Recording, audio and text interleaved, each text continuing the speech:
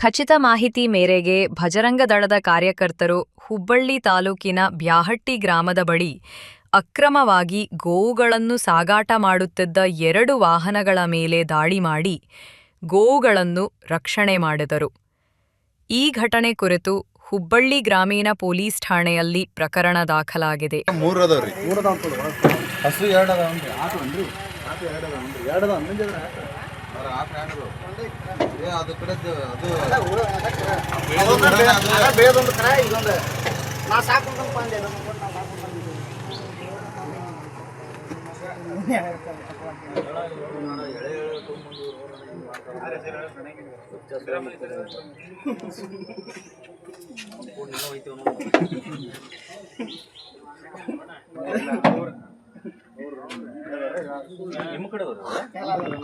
ನಮ್ಮ ಪರವಾಗಿ ಮಾತಾಡ್ತಾರೆ.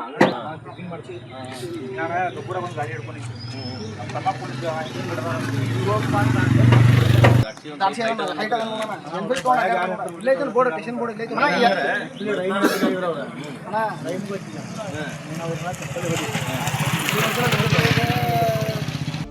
ಇದೀಗ ನಿಮ್ಮ ಅಂಗೈಯಲ್ಲಿದೆ ಮಯೂರ ಟಿವಿ ಡಿಜಿಟಲ್ ವಾಹಿನಿ.